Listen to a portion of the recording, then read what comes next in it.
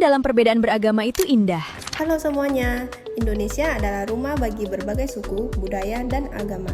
Di tengah banyaknya perbedaan, hidup rukun dan saling menghargai menjadi hal yang sangat penting agar persatuan tetap terjaga.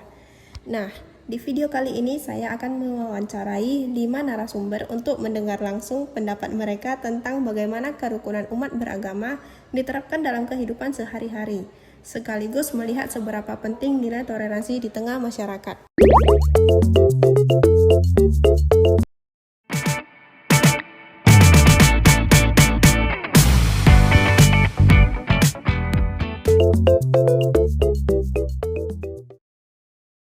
Untuk saya pribadi, kerukunan umat beragama di Indonesia, kalau diberikan skala 10 sampai 100, mungkin saya akan memberikan sekitar 75 atau hanya rata-rata saja.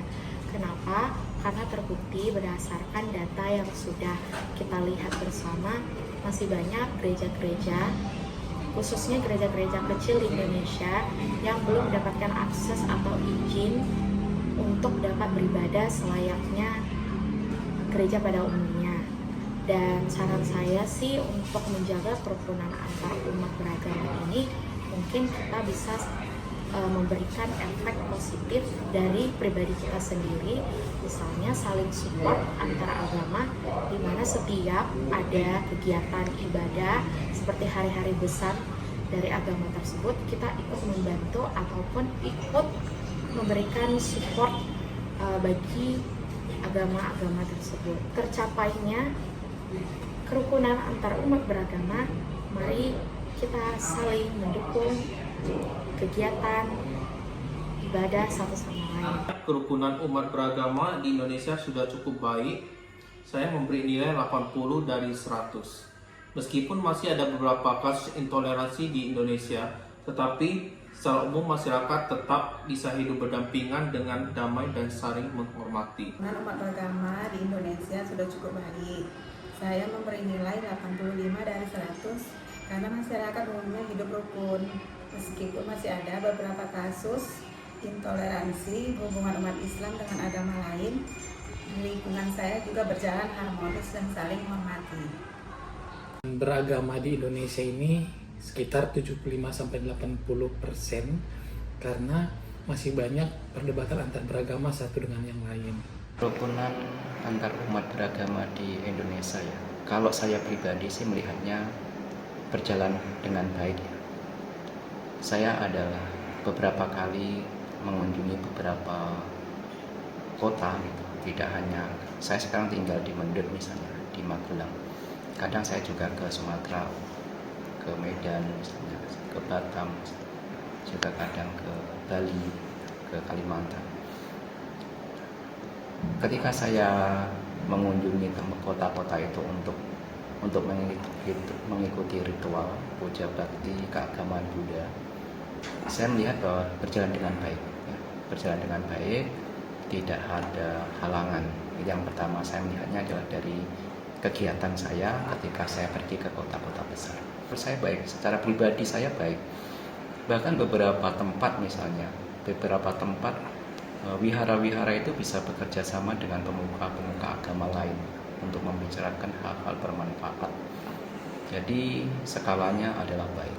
Tidak jarang juga di Jawa misalnya, di Jogja atau di Jepara, kadang ada pertemuan, ada kerjasama, bahkan kita bisa hidup berdampingan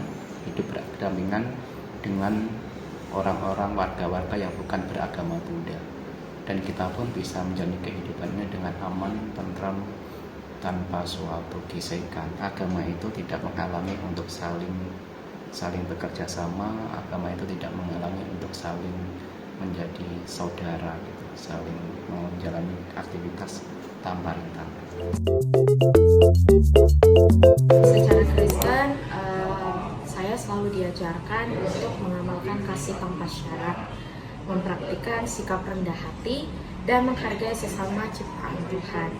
Mungkin ini terdengar simpel, tapi ini sangat penting sekali untuk setiap umat Kristen, untuk memberikan kasih dan juga sikap yang rendah hati kepada seluruh umat, baik itu Kristen maupun non-Kristen.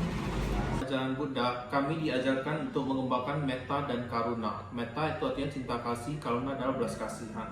Karena itu menghormati perbedaan merupakan bagian dari bakti ajaran agama Buddha. Islam mengajarkan untuk saling menghormati, tidak memaksakan agama pada orang lain, serta hidup damai dengan sesama. Hal ini sesuai dengan surat Al-Baqarah ayat 256 dan surat Al-Kafirun ayat 6. Ajaran agama yang saya anut untuk menjaga silaturahmi satu dengan yang lain antar beragama itu tidak susah, hanya kita saling berbagi dan saling mengerti, dan otomatis kita itu harus saling toleransi satu dengan yang lain. Setidaknya tidak menjatuhkan agama lain demi simpati agama sendiri. Jadi kita menghormati agama lain, kita menghargai perbedaan. Itu yang paling penting menurut saya.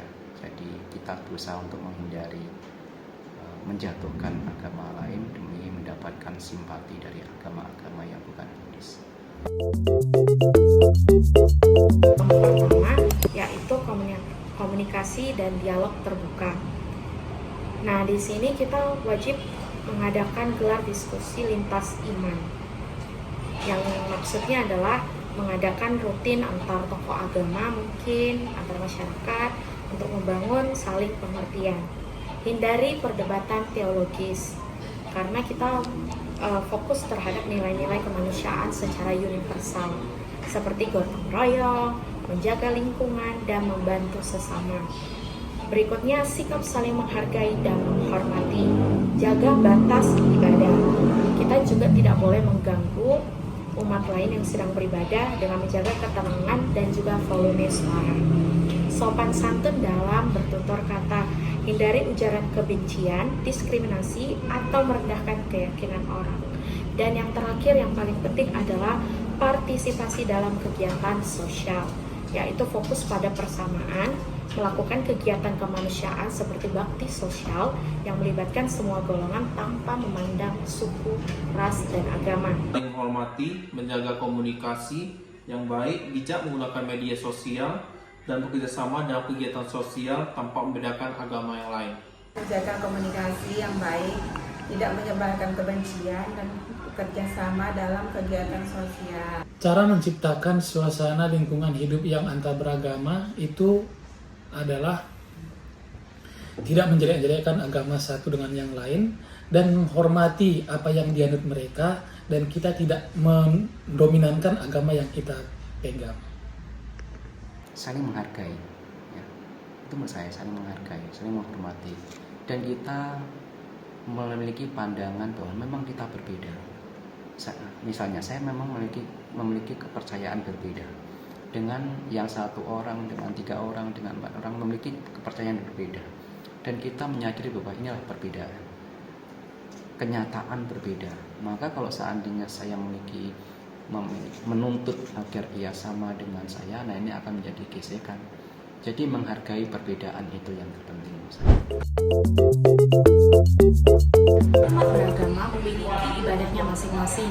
Nah, kita sebagai seorang Kristen, kita wajib patuh terhadap protokol ibadah mereka masing-masing dengan cara tidak memberikan ujaran kebencian apapun, tidak mengganggu ibadah tersebut, ataupun memberikan kontribusi negatif terhadap ibadah tersebut. Contohnya, misalnya orang lagi ibadah, kita hidupkan petasan, atau kita karaoke di samping rumah, itu tidak boleh.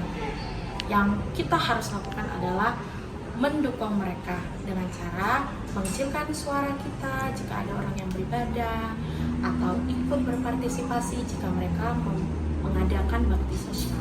Setiap umat beragama sebaiknya mengutamakan toleransi, tidak memaksakan keyakinannya kepada orang lain, serta menjaga ucapan dan tindakan agar tidak menimbulkan perpecahan. Dengan menghargai perbedaan, menghindari sikap fanatik yang berlebihan, menjaga tutur kata, dan mengutamakan perdamaian serta toleransi. Menurut saya, seharusnya setiap umat menjaga kerukunan antar beragama di dunia ini salah satu ke respect terhadap satu dengan yang lain, peduli dengan apa yang dihadapi teman-teman kita walaupun kita beda beragama, tapi kita harus memiliki empati terhadap mereka masing-masing. Setiap umat menjaga kerukunan agama di dunia. Ia saling menghargai, menerima kenyataan bahwa memang kita berbeda. Nah, kalau seandainya kita mampu menerima kenyataan bahwa saya berbeda dengan yang lain, saya memiliki keyakinan ini, mereka memiliki keyakinan yang lain. Nah, kalau kita mampu menerima perbedaan itu, hidup kita akan bisa berjalan dengan baik. Tetapi kalau kita sudah memaksakan Anda bersama dengan saya, nah kadang ini yang akan menjadi perselisihan. Kita yang paling penting adalah dengan membentuk dan memfasilitasi pembentukan wadah kolaborasi tokoh agama di tingkat provinsi dan kabupaten yang bertugas menjaga kerukunan serta menyelesaikan potensi sengketa keagamaan di masyarakat, khususnya di negara kita, Indonesia. Dan yang terakhir adalah dukungan infrastruktur dan kegiatan, memberikan kemudahan dan alokasi bantuan untuk berbagai kegiatan keagamaan, acara hari besar, serta pembangunan tempat ibadah untuk agama-agama yang diakui di Indonesia.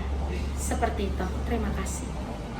Pemerintah perlu bersikap adil kepada semua agama, melindungi kebebasan beragama, menindak tegas tindakan intoleransi, serta memperbanyak program yang mempererat hubungan antar umat beragama agar persatuan di Indonesia tetap terjaga.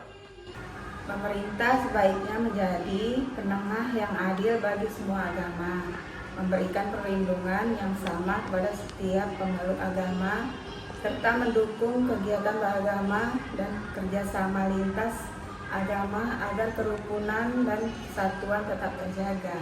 Menurut saya, peran pemerintah untuk melihat keadaan antar beragama di Indonesia saat ini lebih ke memberikan edukasi lagi kepada masing-masing agama supaya tidak memprovokasi agama satu dengan yang lain dan saling menghargai, khususnya satu agama dengan agama yang lain supaya tidak terjadi hal-hal yang tidak diinginkan di Indonesia ini. Dalam Undang-Undang Dasar sudah tertera dengan jelas bahwa peran pemerintah adalah menjamin kebebasan setiap warganya untuk memeluk agama masing-masing. Nah, dari situlah sebetulnya pemerintah ini menjamin karena sudah ada tertuang dalam Undang-Undang Dasar ya. Jadi perannya adalah melindungi setiap warganya yang memiliki kepercayaan berbeda-beda. Cara melindungi ya menjamin gitu, menjamin nah ini Anda beragama ini kita jamin Anda bisa menjalankan ritual dengan baik. Misalnya seperti itu, tidak membedakan antara agama yang satu dengan agama yang lain. Dan itu menurut saya kalau pemerintah mampu menjalankan itu, menjamin kebebasan itu, melindungi, nah ini baik masyarakat dan pemerintah bisa berjalan dengan baik dan setiap orang bisa memeluk agama dengan aman, tentram, dan nyaman. In our differences, We find our greatest strength because harmony is the beautiful symphony that perfectly unites all of our colorful faiths.